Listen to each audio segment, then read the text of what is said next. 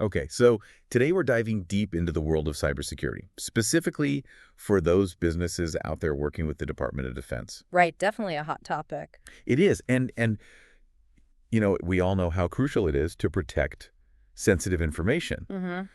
but we're zeroing in on a very specific type of data, Mm. controlled unclassified information, or CUI. CUI. So think about those technical drawings, right, for that new radar component you might be working on Okay. that could very well be CUI. Interesting. And, protecting it isn't just, a good habit. It's absolutely essential for national security, Right, for maintaining that trust with the DoD, for sure. and ultimately for securing those future contracts. With those contracts, yeah, that's the bottom line for a lot of these businesses, right? Absolutely. And to really get a handle on this whole landscape, you need to know your way around two key frameworks, Yes. NIST SP 800-171 Okay. and CMMC. So NIST, think of NIST as like the rule book, right? It Well, sets the standards for safeguarding that CUI. got it. CMMC, on the other hand, that's the certification process. Right. It verifies whether you're actually following those rules. So like a test, right, to see if you're really up to snuff. Exactly. Yeah, you got it. Now, and I'm curious about something that came up in our research, this NIST self-assessment. Okay. What's the point of going through that whole thing if CMMC is the real deal? It's a great question. The self-assessment, think of it like a practice run, right? Okay. Helps you get your house in order before that official CMMC evaluation. Okay.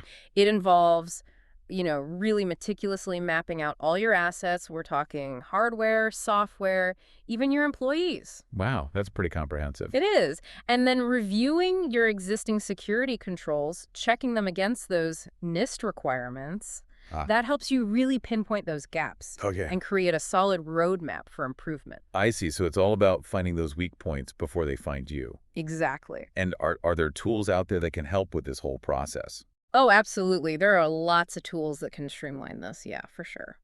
That's good to hear because it sounds like a pretty involved process. I mean, some sources we saw even said it was too burdensome, especially for, smaller businesses. Yeah, I can definitely understand that concern. It can be a heavy lift, Right. but I think it's a necessary investment. That Right. self-assessment, it really forces you to take a good, hard look at your security Yeah. and make those changes Right. before CMMC comes knocking. That's a good point. And remember, CMMC, it builds upon NIST, it adds those certification levels and the third-party assessments. So the better you are with NIST, the smoother that CMMC journey is going to be. Right. Right. Makes a lot of sense. Yeah.